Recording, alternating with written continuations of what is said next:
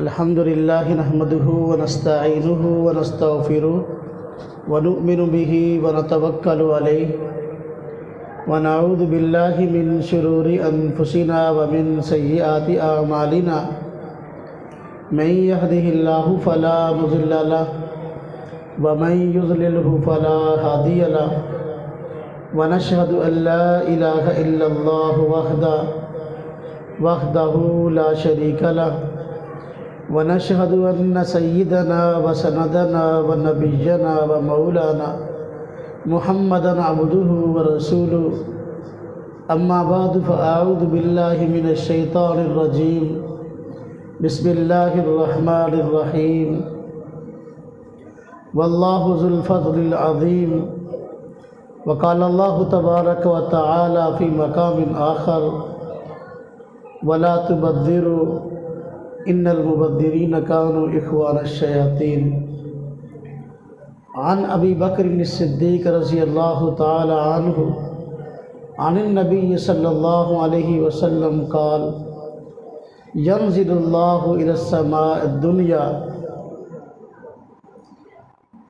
ليلة النصف من شعبان فيغفر من كل شيء إلا رجل مشرك أو رجل في قلبه شأنا آمنت بالله صدق الله العظيم وصدق رسوله النبي الكريم ونحن على ذلك من الشاهدين والشاكرين والحمد لله رب العالمين اللهم صل على محمد وعلى آل محمد كما صليت على إبراهيم وعلى آل إبراهيم إنك حميد مجيد اللهم بارك على محمد وعلى آل محمد كما باركت على إبراهيم وعلى آل إبراهيم إنك حميد مجيد۔ واجب الاحترام بزرگوں اور دوستوں، مسلک اہل سنت والجماعت سے تعلق رکھنے والے میرے غیور نوجوان عزیزوں اور بھائیوں، آج کی ہماری یہ بابرکت مجلس شعبان کے مہینہ میں شب برات کی فضیلت اور اہمیت کے متعلق گفتگو سننے کے لیے منعقد ہوئی ہے۔ شب برات کا معنی کیا ہے، اس کے فضائل کیا ہیں، اس کی اہمیت کیا ہے، اس کے متعلق کچھ باتیں آپ حضرات کی خدمت میں عرض کروں گا۔ شب کا معنی ہوتا ہے رات، برات کا معنی ہوتا ہے نجات پا لینا، خلاصی پا لینا، سرخرو ہو جانا، آزاد ہو جانا، آزادی کا پروانہ مل جانا۔ تو شب برات کا معنی ہوا ایسی رات جس میں اللہ رب العزت کی طرف سے گناہوں سے بخشش کا پروانہ مل جائے، ایسی رات جو گناہوں سے نجات کے پانے کی رات ہے۔ اس رات میں کیا ہوتا ہے اور اس کی کیا فضیلت ہے؟ فضیلت تو یہ ہے کہ حضور نبی پاک صلی اللہ علیہ وسلم نے ارشاد فرمایا کہ جب شعبان کی 15ویں رات ہوتی ہے، جس کو ہم شب برات کہتے ہیں، رب تعالیٰ کی ذات غروب آفتاب سے لے کر طلوع فجر تک آسمانی دنیا پر اجلال فرماتے ہیں اور نزول فرماتے ہیں، اور اپنے بندوں کو رحمت کی نگاہ سے دیکھتے ہیں۔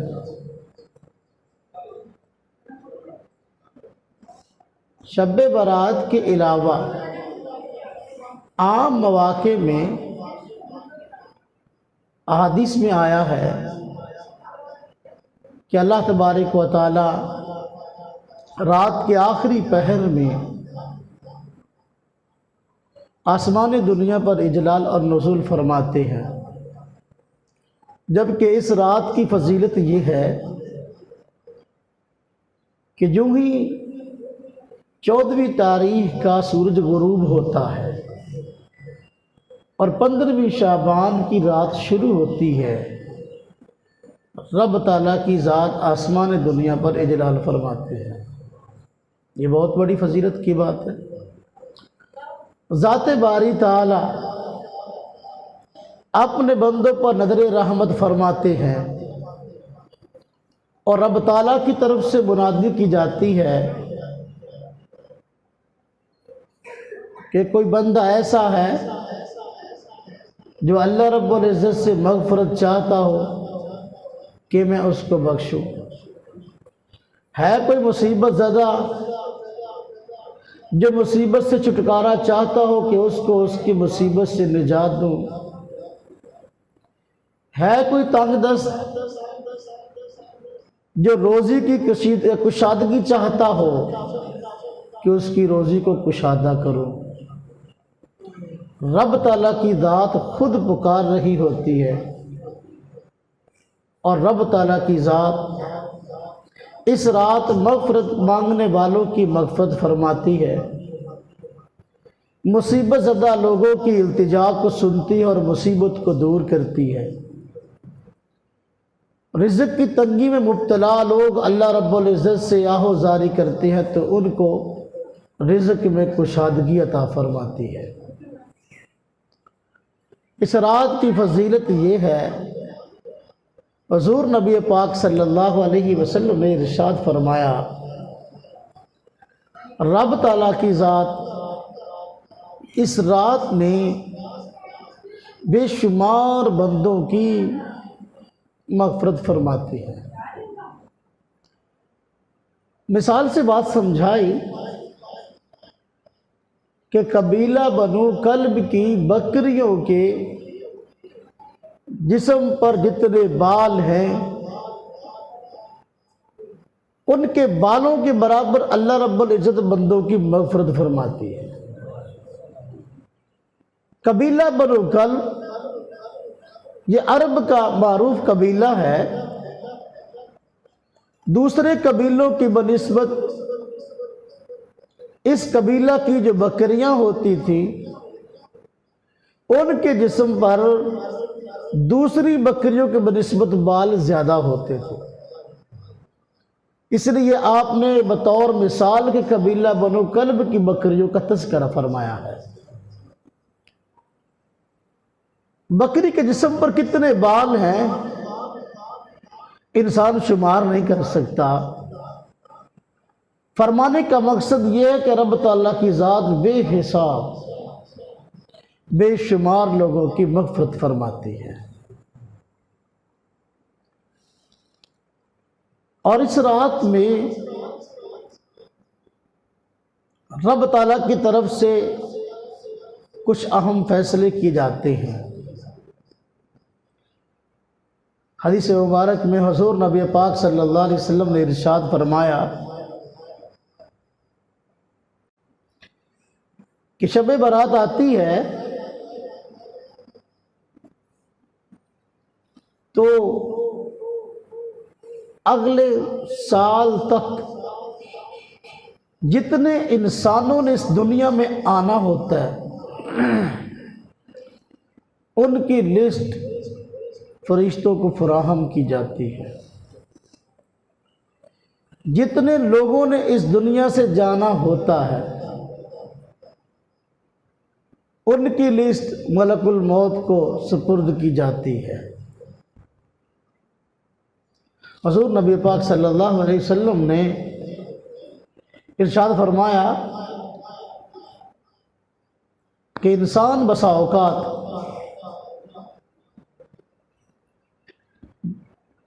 باغ لگا رہا ہوتا ہے، درخت لگا رہا ہوتا ہے،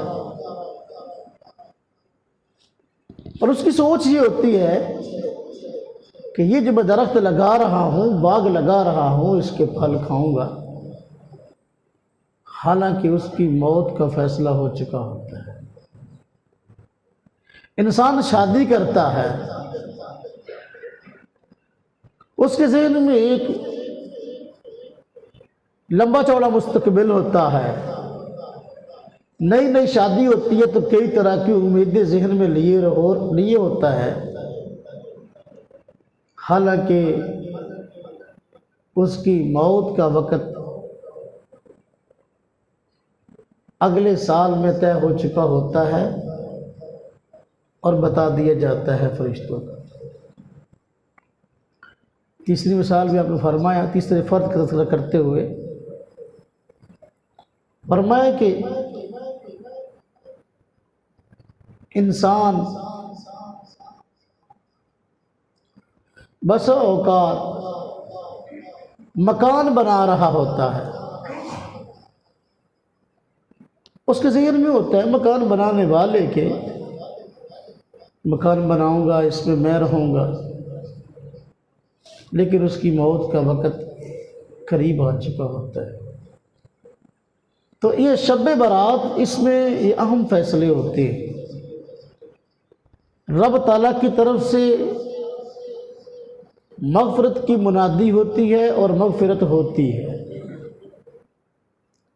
لیکن چند لوگ ایسے ہیں کہ اس عظمت والی رات میں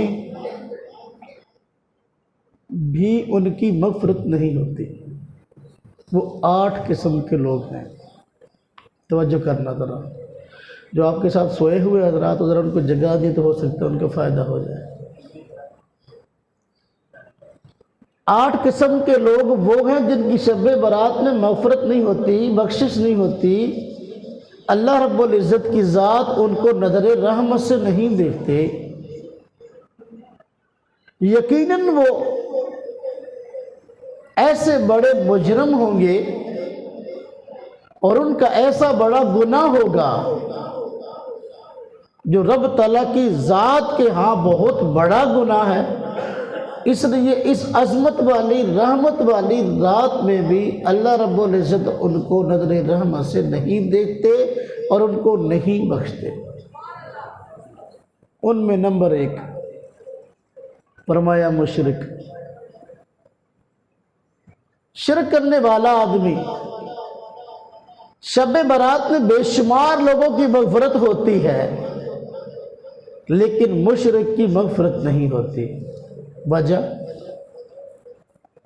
جو انسان شرک کرتا ہے وہ رب تعالیٰ کی ذات سے مقابلہ بازی کرتا ہے، خدا کے مقابلہ میں خدا کھڑا کرتا ہے۔ کوئی بھی آدمی جو مشرک ہے یا تو رب تعالیٰ کے ساتھ ذات کو شریک کرے گا، یا تو ذات میں شرک کرے گا یا صفات میں شرک کرے گا۔ ذات میں شرک کرے، کہے کہ رب تعالیٰ بھی خدا ہیں، معبود ہیں، فلاں اور فلاں بھی خدا اور معبود ہے، یہ ذات میں شرک ہے۔ صفات میں شرک یہ ہے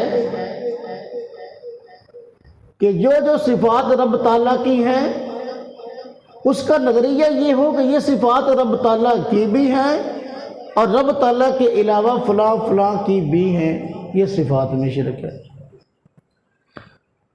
تو اس مغفرت والی رات میں، عظمت والی رات میں مشرک کی مغفرت نہیں ہوتی،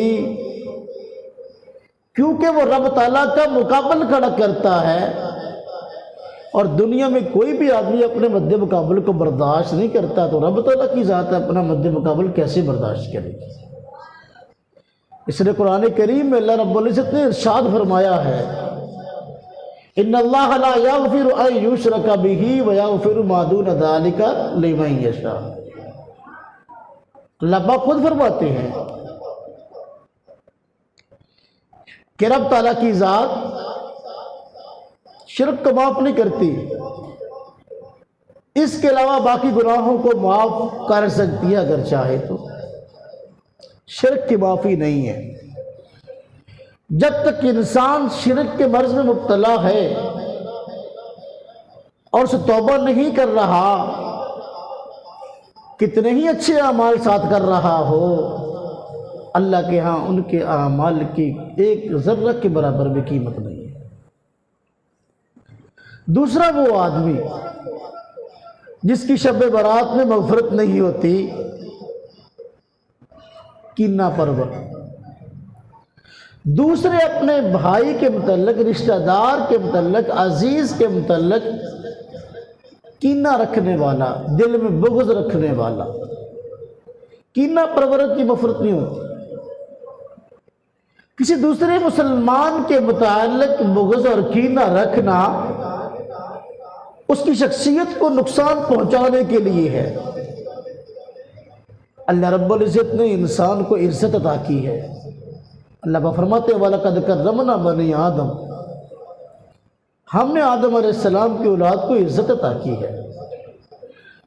تو جو آدمی دوسرے انسان سے بغض رکھتا ہے، کینہ رکھتا ہے، تو وہ اس کی عزت کو نقصان پہنچاتا ہے۔ اس مغفرت والی، بخشش والی، رحمت والی رات میں اس کی مغفرت نہیں ہوتی۔ نمبر 3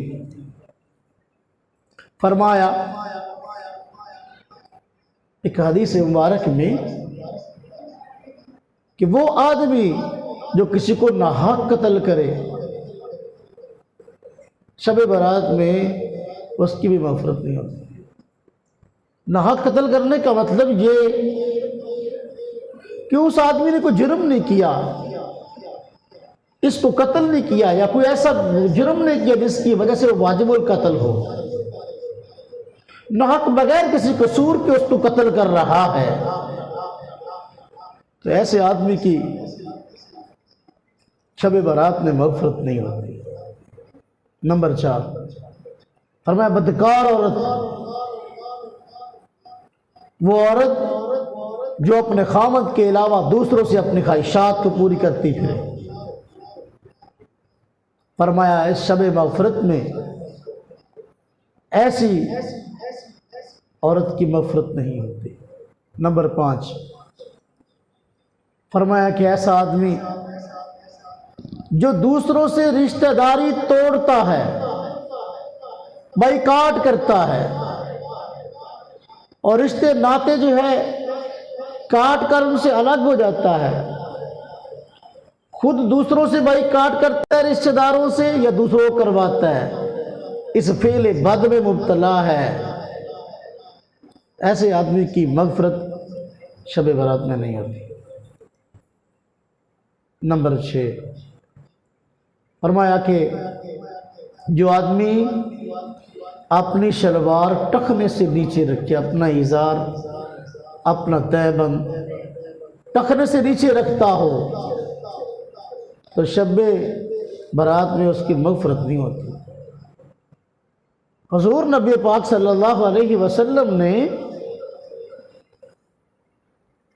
مرد کو خاص طور پہ تاکید فرمائی ہے کہ اپنی شلوار ٹخنے سے اوپر رکھے، اس کا تہبند، اس کی شلوار ٹخنے سے نیچے نہ ہو۔ عورت کے لیے حکم ہے کہ اس کا ٹخنا ڈھانپا ہوا ہو، اور مرد کے لیے حکم ہے کہ اس کا ٹخنا ننگا ہو۔ تو جو آدمی ٹخنے ننگے رکھنے کی بجائے ڈھانپنے کی عادت بنا لے، اس رحمت والی رات میں اللہ پاک کی ذات اس پہ نظر رحمت نہیں فرماتے، اس کی بخشش نہیں ہوتی۔ کتنے آدمی ہو گئے؟ 6۔ نمبر 7 والدین کا نافرمان، فرمایا والدین کا نافرمان اللہ رب العزت اس شب مغفرت میں اس کی مغفرت نہیں فرماتے۔ قرآن کریم میں اللہ رب العزت نے والدین کی اطاعت کا، فرما برداری کا حکم دیا ہے، اور الفاظ بڑے زبردست ارشاد فرمائے، وَوَصَّيْنَا الْإِنسَانَ بِوَالِدَيْهِ حُسْنًا، ہم نے تاکیدی حکم دیا انسان کو کہ اپنے والدین کے ساتھ حسن اخلاق سے پیش آئے۔ جہاں تک فرمایا والدین کافر بھی ہوں پھر بھی وَصَاحِبُهُمَا فِي الدُّنْيَا مَعْرُوفًا، دنیا کے معاملات میں ان کا اچھا ساتھ دو، دین میں ان کی اطاعت نہ کرو۔ وَإِن جَاهَدَاكَ لِتُشْرِكَ مَا لَيْسَ لَكَ بِهِ عِلْمٌ، فرمایا کہ اگر تجھ کو مجبور کرے والدین شرک کرنے پر، فَلَا تُطِعْهُمَا، اطاعت نہ کر۔ لیکن والدین کی عام حالات میں اطاعت کا حکم ہے۔ اس شب مغفرت کے اندر والدین کے نافرمان کی مغفرت نہیں ہوتی۔ 7 افراد ہو گئے۔ نمبر 8، شراب کا عادی، شراب پینے والا، اس شب مغفرت میں اس کی مغفرت نہیں ہوتی۔ شراب پینا گناہ کبیرہ ہے۔ شراب پینے کا انجام عقل کا ختم ہونا ہے۔ انسان جو دوسری مخلوقات سے افضل ٹھہرا وہ عقل جیسی ایک عظیم نعمت کی وجہ سے ہے، اور اسی عقل سے انسان اپنے زندگی کے بہتر سے بہتر فیصلے کرتا ہے۔ جس آدمی نے شراب پی یا شراب کا عادی ہوا، اس نے اس عظیم عقل والی نعمت کو ضائع کر دیا۔ شراب پینے سے عقل کام کرنا چھوڑ دیتی ہے، تو یہ رب تعالیٰ کی نعمت کی اہانت ہے۔ رب تعالیٰ کی ذات اس شب مغفرت میں اس کی مغفرت نہیں فرماتی۔ 8 قسم کے افراد ہو گئے۔ اللہ رب العزت نے ہمیں زندگی عطا کی ہے، مہلت عطا کی ہے۔ اس شب برات کے بعد آنے والے سال میں پتہ نہیں ہم میں سے کون کون ایسے ہوں جن کی لسٹ ملک الموت کو دی جا چکی ہے۔ تو میرے بھائیوں، اللہ پاک نے ہمیں مہلت دی ہے۔ جتنا وقت ہمارے پاس ہے اس کو غنیمت سمجھتے ہوئے اللہ رب العزت کے حکموں کو اور حضور نبی پاک صلی اللہ علیہ وسلم کی مبارک سنتوں کو اپناتے ہوئے اپنے وقت کو قیمتی بنا لیں۔ رب تعالیٰ کی ذات بڑی غفور الرحیم ہے۔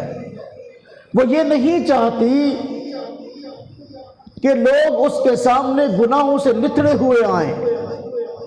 اس نے مغفرت کے بڑے اسباب پیدا کر دیے ہیں۔ مغفرت کے اسباب میں سے سبب ہے رمضان کا مہینہ آ رہا ہے، وہ انسانوں کے مغفرت کا ذریعہ ہے۔ روزے رکھو۔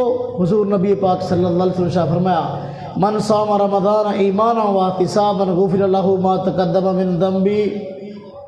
جس آدمی نے ایمان کی حالت میں اور خوف خدا سامنے رکھتے ہوئے روزے رکھے، اس کے سارے گناہ بخش دیے جائیں گے۔ اب دیکھو، روزہ تو رکھنا فرض ہے، اور فرض بندے کے ذمہ قرض ہے۔ اس پہ جو گناہوں کی معافی ہے یہ رب تعالیٰ کی طرف سے ہمارے اوپر فضل ہے۔ اللہ پاک گناہ نہ بخشے تو اللہ پاک کی ذات پر کوئی زور تو نہیں ہے۔ قانوناً ہم مجرم ہیں، ان گناہوں کی سزا پانے کے مستحق ہیں جو ہم نے کیے ہیں، لیکن رب تعالیٰ کی ذات نے اسباب پیدا کر دیے مغفرت کے۔ اسی طرح تراویح کے بارے میں فرمایا، من قام رمضان ایمانا واحتسابا غفر له ما تقدم من ذنبی۔ جو آدمی ایمان کی حالت میں خوف خدا رکھتے ہوئے رات کو تراویح ادا کرتا ہے، اللہ پاک اس کے گناہوں کو بخش دیتے ہیں۔ یہ بخشش کے اسباب ہے۔ اللہ پاک نے فضل فرماتے ہوئے سال میں ایک مرتبہ شب برات کی صورت میں بھی مغفرت کا ایک سبب پیدا کیا ہے کہ کسی نہ کسی طریقے سے بندے اپنے گناہوں کا بوجھ ہلکا کر کے میرے سامنے آنے والے بن جائیں۔ بد نصیب ہیں وہ لوگ جو ایسے بابرکت موقعوں میں بھی اپنی مغفرت رب تعالیٰ کی ذات سے نہیں کراتے اور رب تعالیٰ کی ذات سے آگے آہوازاری کر کے اپنے اس بوجھ کو ہلکا نہیں کرتے۔ یہ بہت بڑی بد نصیبی کی بات ہے۔ میں اس پہ زیادہ تفصیل عرض نہیں کرنا چاہتا، وقت بھی کافی ہو گیا ہے۔ چند ایک باتیں میں اس حوالے سے عرض کرنا چاہتا ہوں مزید۔ شب برات ایک عظیم رات ہے جو رب تعالیٰ کی طرف سے مومن کے لیے تحفہ ہے۔ احادیث طیبہ میں اس کے فضائل بیان کیے گئے ہیں۔ آج جس معاشرے میں ہم زندگی گزار رہے ہیں اس معاشرے میں 2 طرح کے افراد ہیں۔ ایک طبقہ تو وہ ہے جو شب برات جیسی اس عظیم رحمت والی رات میں نیکیاں کرنے کی بجائے گناہوں میں اپنا وقت ضائع کر دیتا ہے۔ جس طرح کی شب برات آتی ہے، گلیوں بازاروں اور دکانوں میں جو ہے نا وہ شرلیے پٹاخے بک رہے ہوتے ہیں، تو شرلیاں اور پٹاخے چلانا یہ کوئی نیکی تو نہیں ہے، یہ تو پیسے کو آگ لگانا ہے، وہ فضول خرچی ہے۔ فضول خرچی شریعت میں حرام ہے۔ قرآن کریم میں اللہ پاک فرمایا وَلَا تُبَذِّرُوا، فضول خرچی نہ کرو، ان المبذرین کانوا اخوان الشیاطین، فضول خرچی کرنے والے شیطانوں کے بھائی ہیں۔ تو ساری رات پٹاخے چلاتا رہا، شرلیاں چھوڑتا رہا، حالانکہ یہ گناہوں سے بچنے کی رات تھی، لیکن یہ ساری رات گناہوں میں ملوث رہا۔ ایک طبقہ یہ ہے، بس یہ سنا ہوا ہے کہ شب برات ہے اور رات جاگنی ہے، لیکن رات جاگ کر کرنا کیا ہے یہ کوئی پتہ نہیں۔ رات جاگ کر یہ سارے گناہوں میں کام ہو رہے ہیں۔ بس اوقات لوگ مسجدوں میں آ جاتے ہیں، موبائل پاس ہے، وہ مسجد کے اندر بیٹھے فلمیں دیکھ رہے ہوتے ہیں، رات جاگ رہے، رات جاگ رہی شب برات ہے جی۔ گلی بازاروں کے اندر جو ہے نا وہ نورا کشتی کھیل رہے ہیں، اتنا شور، اتنا گول، لڑائی جھگڑا، گالم گلوچ کے، جو بیچارہ گھر میں تلاوت کر رہا ہے، کوئی تسبیحات کر رہا ہے، کوئی نماز پڑھ رہا ہے، اس بیچارے کو عبادت کرنا بھی مشکل ہو رہی ہے۔ گلی محلوں کے اندر رات جاگنے کے نام پہ لڑکے ساری رات گھروں کے دروازے کھٹکھٹاتے، کبھی اس کا دروازہ بجا دیا، کبھی اس کا بجا دیا، اس کا بلب توڑ دیا، ہاں جی اس کا فلاں نقصان کر دیا، اور سمجھتا ہے رات جاگ رہا ہوں۔ امی سمجھ رہی ہے، ابو سمجھ رہا ہے کہ ماشاءاللہ یہ رات جاگنے کے لیے گیا ہوا ہے، اور رات جاگنے کے لیے تو گیا ہے، لیکن کر کیا رہا ہے اس فضیلت والی رات میں، عظمت والی رات میں گناہوں کے کام کر رہا ہے۔ اور بعض کام ایسے جو ہم دین مذہب سمجھ کر کرتے ہیں، حالانکہ ان کا شریعت سے تعلق نہیں ہے۔ جس طرح کہ بعض لوگ اس کو کوئی مسئلہ سمجھ کر کرتے ہیں کہ شب برات کا موقع آتا ہے تو شرلیاں اور پٹاخے چھوڑنا کوئی شرعی مسئلہ سمجھتے ہیں، یہ کوئی شب برات کا حصہ ہے، آتش بازی کرنا، اور بعض گھروں کو چراغاں کرتے ہیں، یہ کوئی شرعی مسئلہ نہیں ہے۔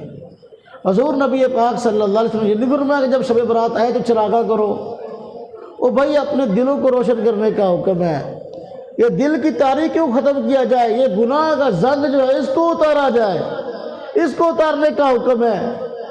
اگر مکان کے اوپر تو کمکمے جل رہے ہیں، رنگ برنگی لائٹیں چل رہی ہیں، لیکن دل وہ اللہ کی نافرمانی سے بھرا ہوا ہے، گناہ کر کر کے سیاہ ہوا ہے، اس کو زنگ لگا ہوا ہے، تو آپ مجھے بتائیں وہ کمکمے کس کام کی ہے؟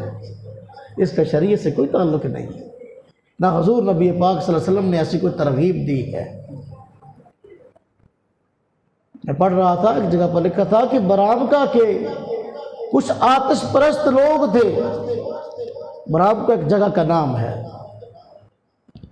آگ کے پجاری لوگ تھے، مسلمان ہوئے، تو مسلمان ہونے کے بعد انہوں نے یہی کام کیا، چونکہ جو آگ کے پجاری ہیں وہ آگ جلانا نیکیہ کام سمجھتے ہیں اور خیر کا کام سمجھتے ہیں، تو چراغاں انہوں نے کرنے شروع کیے، ان کی دیکھا دیکھی رسم چال نکلی اور لوگوں نے یہ چراغ کرنا شروع کر دیا، اور یہ چراغاں کرنا اور یہ روشنیاں کرنا اور یہ شرلیاں پٹاخے، چونکہ ہم ہندوستان سے الگ ہوئے ہیں، یہ سارے کا سارا خطہ ہندوستان تھا، ہندو ہمارے ساتھ رہتے تھے، اور ہندو اپنے مذہبی تہواروں پر ہولی دیوالی کے موقع پر یہ کام کرتے ہیں، وہ شرلیاں پٹاخے چھوڑتے، تو ان سے متاثر ہو کر ہم نے بھی اس دن کو اس طرز پہ بنانا شروع کر دی، ان کی نقل تو ہے، اس کا دین سے واسطہ کوئی نہیں ہے۔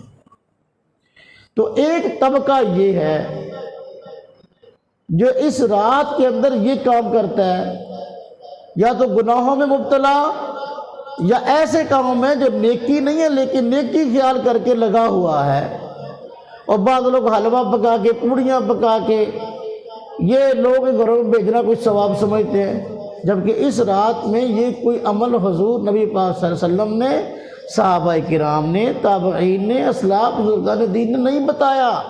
اس رات عبادت کرنے کا حکم ہے۔ اور ایک طبقہ وہ ہے جو اس رات کی فضیلت کا ہی منکر ہے، وہ کہتے ہیں کہ شب برات کی فضیلت ہے ہی کوئی نہیں۔ اس لیے چند باتیں میں آپ کی خدمت میں عرض کروں گا۔ چونکہ آج کل سوشل میڈیا کا دور ہے، ہر آدمی میڈیا پہ بیٹھا اپنی اپنی باتیں کر رہا ہے۔ بس اوقات ان دنوں میں باتیں چلتی ہیں تو پھر ایسی باتیں سننے کو ملتی ہیں اور آدمی پریشان ہوتا ہے کہ ہم تو ساری رات مسجد میں بیٹھے شب برات کے فضائل سنتے رہے، یہ ایک ایسی ویڈیو ہے کہ اس میں کہا جا رہا ہے کہ اس رات کی حقیقت ہی کوئی نہیں ہے، اس رات کی فضیلت ہی کوئی نہیں ہے، تو انسان ذہنی طور پہ پریشان ہو جاتا ہے۔ اس لیے ذہنی تسلی کے لیے چند ایک باتیں آپ حضرات کی خدمت میں عرض کروں گا۔ وہ طبقہ جو شب برات کی اہمیت اور فضیلت کا منکر ہے، انہوں نے انکار کے کچھ بہانے اختیار کیے ہیں اور شب برات کی فضیلت کے قائل اہل سنت والجماعت کے افراد پر اعتراضات کیے ہیں۔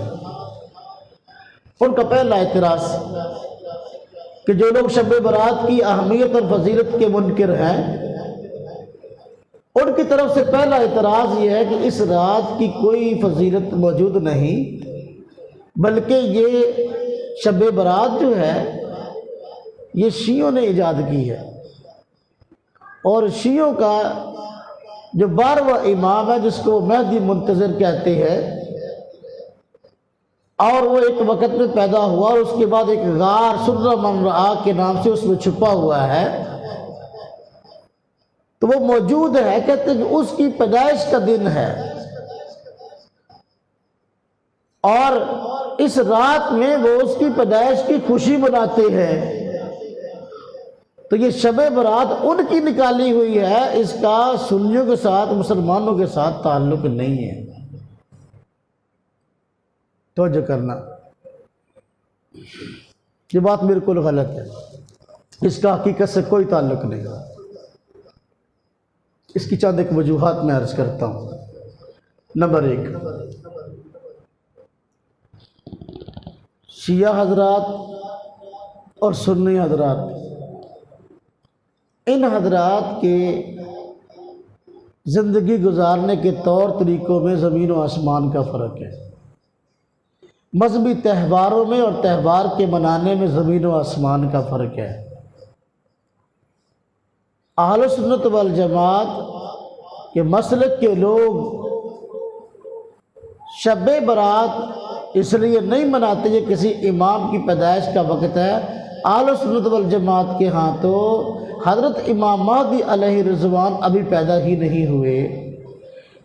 قیامت کی نشانیاں حضور نبی پاک صلی اللہ علیہ وسلم نے بیان فرمائی ہے، اور ان نشانیوں میں ایک نشانی حضرت امام مہدی علیہ رضوان کا آنا ہے، وہ ابھی پیدا نہیں ہوئے، جبکہ شیعہ حضرات کے موقف کے مطابق وہ پیدا ہوئے ہیں۔ تو وہ کیوں کہتے ہیں کہ اس رات میں پیدا ہوئے، اس لیے بطور خوشی کے اس کو مناتے ہیں، تو یہ ان کا فعل ہے۔ ہمارے ہاں تو حضرت امام مہدی پیدا ہی نہیں ہوئے، تو ہمارا اس رسم کے ساتھ شیعہ نے گھڑی ہے، دور کبھی واسطہ نہیں ہے۔ اور حضرت امام مہدی علیہ رضوان حضور نبی پاک صلی اللہ علیہ وسلم شاہ فرمایا قیامت قریب آئیں گے، ان کا نام وہ ہوگا جو میرا نام ہے، ان کے والد کا نام وہ ہوگا جو میرے والد کا ہے، مدینہ طیبہ کے اندر پیدا ہوں گے، مکہ شریف بیت اللہ کے ارد گرد طواف کر رہے ہوں گے تو ان کی وہاں بیعت ہوگی، جنگیں ہوں گی، فتوحات ہوں گی، پوری دنیا پر حکمرانی کریں گے۔ اہل سنت والجماعت کا نظریہ ہے، شیعہ حضرات کے نظریے کے ساتھ اس کا دور کبھی واسطہ نہیں ہے۔ شب برات کی فضیلت سے متعلق جو روایات ہے وہ کن کتابوں میں ہیں؟ وہ کتابیں شیعہ حضرات کی نہیں ہیں، وہ کتابیں اہل سنت والجماعت کی معتبر کتابیں ہیں۔ تو لہذا اس کو شیعہ حضرات کے ساتھ جوڑنا بالکل بات غلط ہے۔ شب برات کی فضیلت کے بارے میں جو روایات ہیں وہ صحیح ستہ میں موجود ہیں، جس طرح کہ سنن ابن ماجہ میں روایت ہے، ترمذی شریف میں روایت ہے اور مشکاۃ شریف میں روایت ہے، اور اسی طرح حضرت امام بہقی رحمۃ اللہ علیہ ان کی کتب میں روایت ہے، امام منذری رحمۃ اللہ علیہ کے ترغیب و ترہیب اس میں روایت ہے۔ تو یہ جو کتاب ہے یہ اہل سنت والجماعت کی ہے، مصنفین سنی ہے، اور اس کی فضیلت کو وہ لکھنے والے ہیں، شیعہ حضرات کے ساتھ تعلق ہی نہیں ہے۔ نمبر 2، شب برات کی فضیلت کو بیان کرنے والے جو راوی ہیں، افراد ہیں، وہ صحابہ کرام ہیں۔ ابو بکر صدیق رضی اللہ عنہ، حضرت عائشہ رضی اللہ تعالی عنہ، حضرت ابو موسیٰ عاشری رضی اللہ تعالی عنہ، حضرت عوف بن مالک رضی اللہ تعالی عنہ، ایسے صحابہ کرام ہیں۔ 10 صحابہ کرام جن سے مروی ہے۔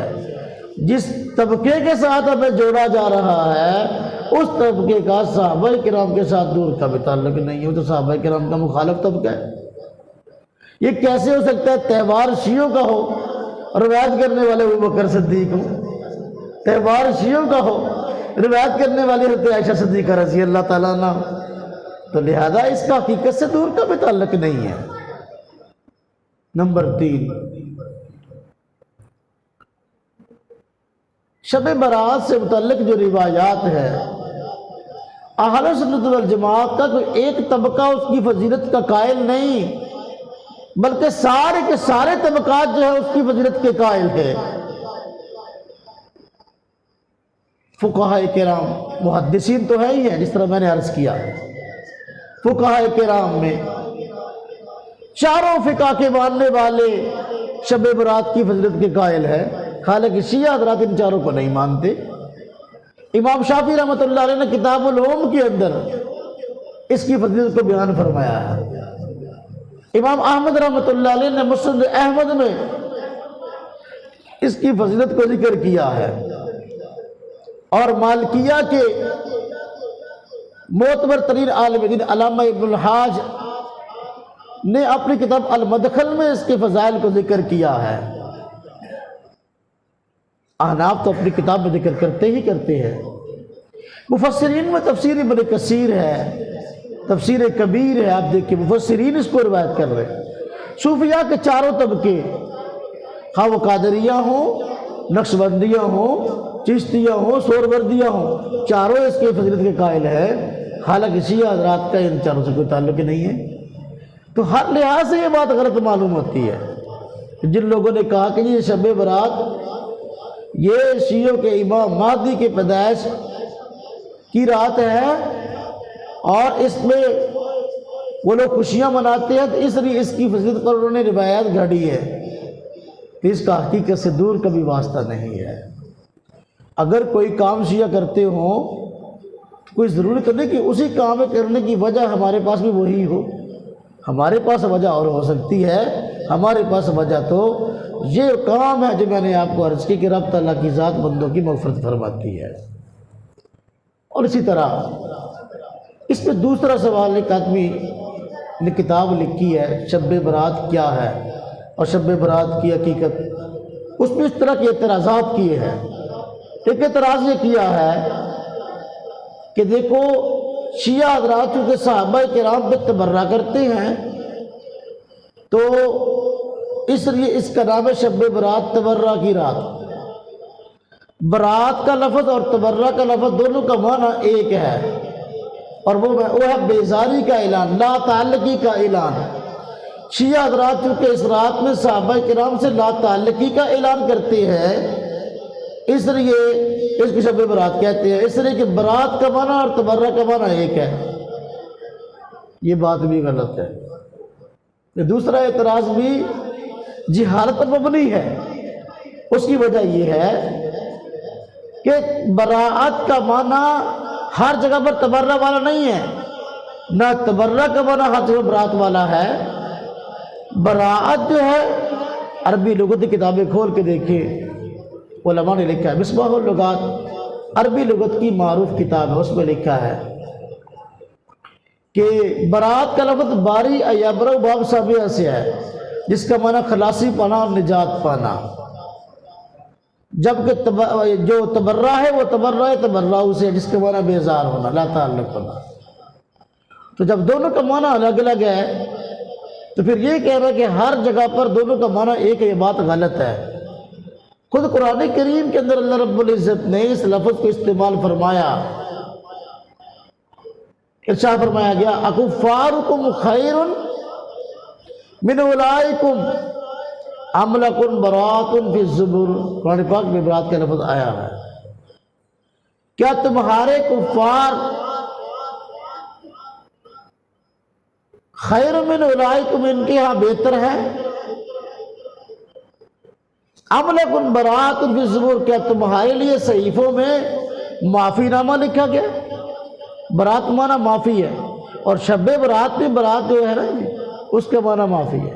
اللہ پاک نے اس رات میں بندوں کے گناہوں کی معافی کا سامان پیدا کیا، اس لیے اس کو شب برات کہتے ہیں۔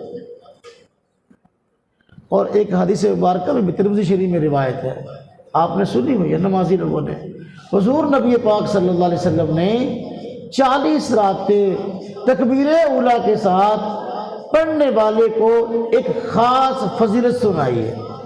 فرمایا جو آدمی 40 راتیں نماز کو تکبیر اولیٰ سے پڑھتا ہے، اللہ رب العزت اس کو 2 پروانے عطا کرتے ہیں۔ نمبر 1 دوزخ سے نجات کا پروانہ، اور نمبر 2 نفاق سے بری ہونے کا پروانہ۔ فرمایا لہو براءتانی، براءت من النار و براءت من النفاق۔ اب برات کا لفظ جہاں استعمال ہوئے شب برات کے اندر ہے، تو آزادی کا پروانہ، نفاق سے آزادی کا پروانہ، اور دوزخ سے۔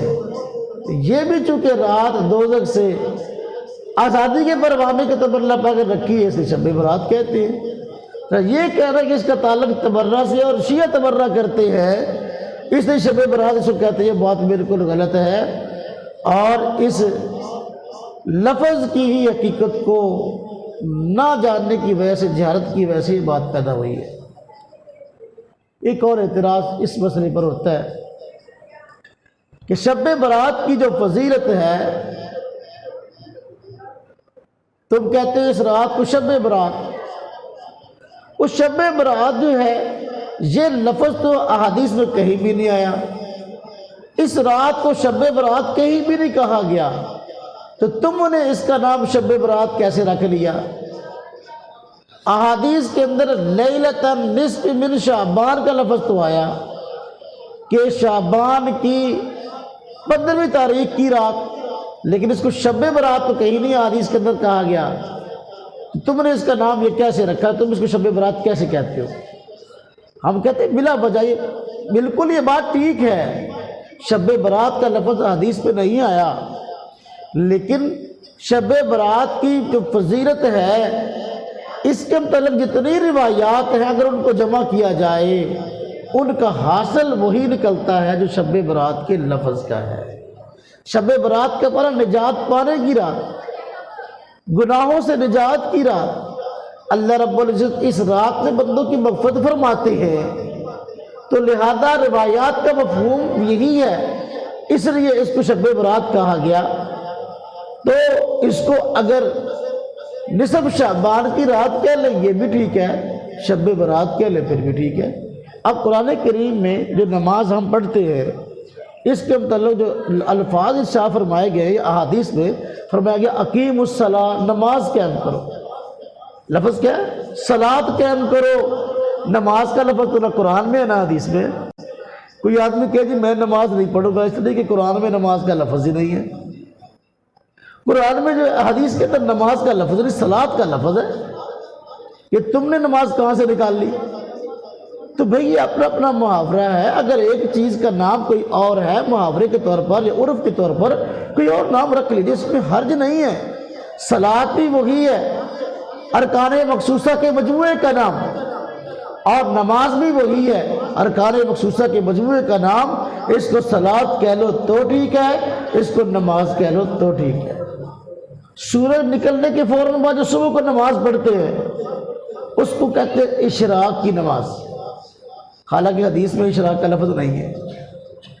اس سے کچھ دیر بعد نماز پڑھتے ہیں، اسے کہتے ہیں چاشت کی نماز، حالانکہ حدیث میں چاشت کا لفظ نہیں ہے۔ مغرب کی نماز کے بعد نفل نماز 6 پڑھتے ہیں، 6 نفل، اسے اوابین کی نماز کہتے ہیں، حدیث میں اوابین کا لفظ نہیں ہے۔ تو بھائی اگر اس کو سورج نکلنے کی نماز کہہ لو وہ ٹھیک ہے، اشراق کا نام لے لو تو ٹھیک ہے، جس طرح کہ اشراق کا نام لینے سے نام نہیں بدل جاتا، حقیقت نہیں بدل جاتی، چیز نہیں بدل جاتی، اس طرح اس کو اگر آپ شعبان کی 15 تاریخ کی رات کہہ لو تو ٹھیک ہے، نصف شعبان کی رات کہہ لو تو ٹھیک ہے، شب برات کہہ لو اس کے فضائل کو سامنے رکھتے ہوئے تو ٹھیک ہے، اس میں کوئی حرج والی بات نہیں ہے۔ آخری بات عرض کرتا ہوں، اس حوالے سے اعتراض کرنے والوں نے بعض نے اعتراض کیا ہے کہ جی شب برات کے بارے میں جو احادیث ہے وہ احادیث سند کے اعتبار سے ٹھیک نہیں ہے، من گڑت ہے۔ حالانکہ یہ بھی بات غلط ہے، ان احادیث کو نقل کرنے والے بڑے بڑے محدثین ہیں، کوئی حیرہ خیرہ نتو خیرہ نہیں ہے، بڑے بڑے محدثین نے ان روایات کو ذکر کیا ہے، اور محدثین میں سے کون ہے جس نے ان روایات کو من گڑت قرار دیا ہو؟ ایسے محدثین تو ہے نہیں، تو لہذا ان کو من گڑت قرار دینا ایک فضول بحث ہے، بلکہ محدثین نے ان روایات کو قابل استدلال اور درست قرار دیا ہے اور اس کی فضیلت کے قائل ہے۔ جس طرح کہ میں نے پہلے عرض کیا کہ بڑے بڑے محدثین نے اپنی کتب کے اندر ان روایات کو ذکر کیا۔ امام ترمذی رحمۃ اللہ علیہ جو صحیح ستہ کے کتابوں میں سے ایک کتاب ترمذی شریف کے مصنف ہے، انہوں نے ذکر کیا ہے، مشہور محدث اور بڑے محدثین میں سے ہے۔ ابن ماجہ، امام ابن ماجہ نے اپنی کتاب سنن ابن ماجہ میں روایت کو ذکر کیا ہے، اور سنن ابن ماجہ صحیح ستہ میں سے ایک معروف ترین کتاب ہے اور مشہور محدث ہے۔ مشکوٰۃ شریف حدیث کی معروف کتاب ہے، مشکوٰۃ شریف کے مصنف اس کو ذکر کر رہے ہیں۔ امام احمد بن حنبل رحمۃ اللہ علیہ مسند احمد کے اندر نقل کر رہے ہیں۔ امام شافعی رحمۃ اللہ علیہ اپنی کتاب کتاب الام کے اندر نقل کر رہے ہیں۔ امام بہقی رحمۃ اللہ علیہ اپنی کتاب فضائل الاوقات کے اندر اس کو ذکر کر رہے ہیں۔ امام منذری رحمۃ اللہ علیہ اپنی کتاب الترغیب والترہیب میں اس کو ذکر کر رہے ہیں، اور ان روایات کو درست قرار دیا۔ یہ کہنا کہ روایات صحیح ہے، بالکل بات غلط ہے۔ یہ اپنے آپ کو اہل حدیث کہنے والے حضرات اس رات کی فضیلت کے انکار کرتے ہیں اور منکر ہیں، حالانکہ ان کے بڑے بڑے علماء نے جو ہے ان روایات کو درست قرار دیا ہے۔ 1400 سال بعد روایات کے انکار کرنے سے کوئی فائدہ حاصل نہیں ہوگا۔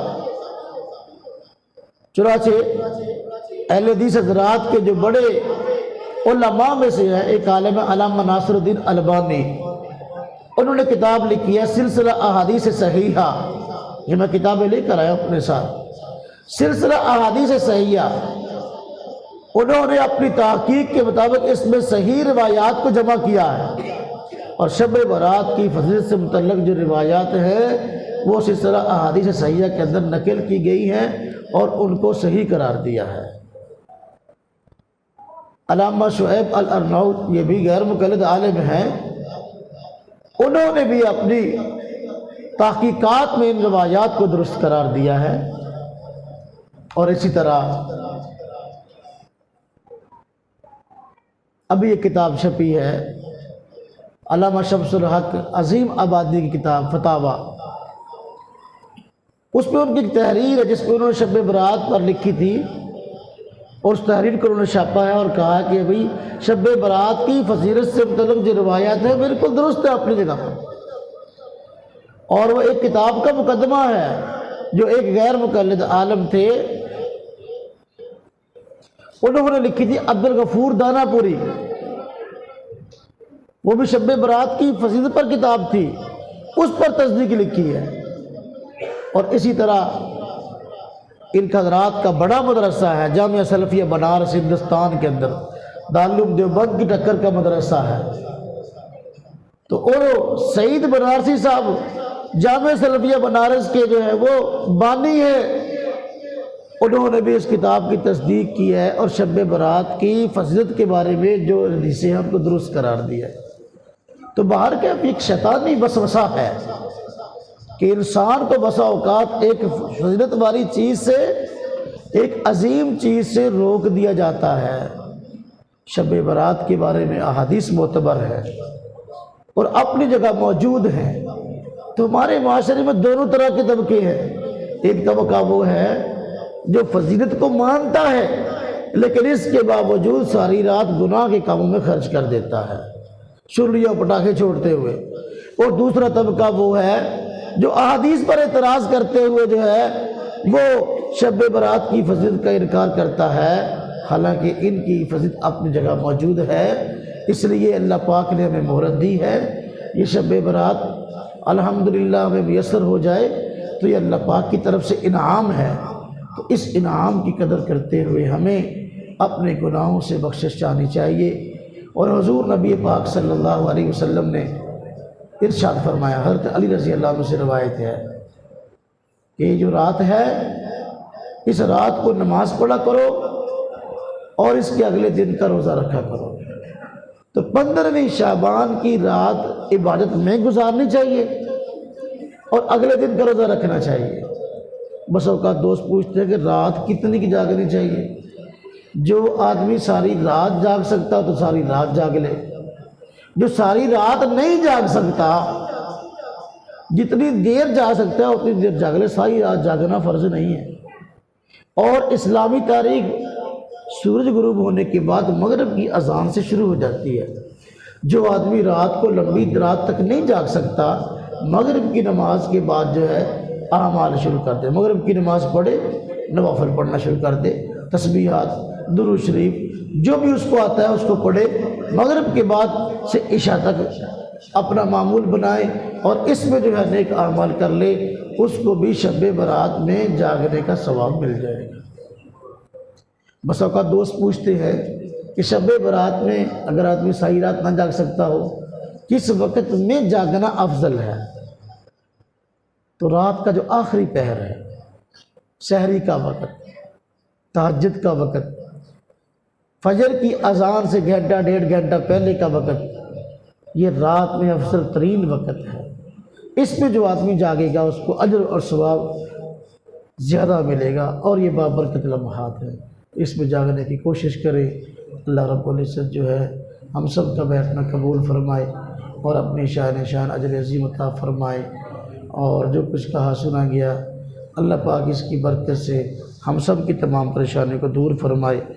وآخر دعوانا ان الحمد للہ رب العالمین۔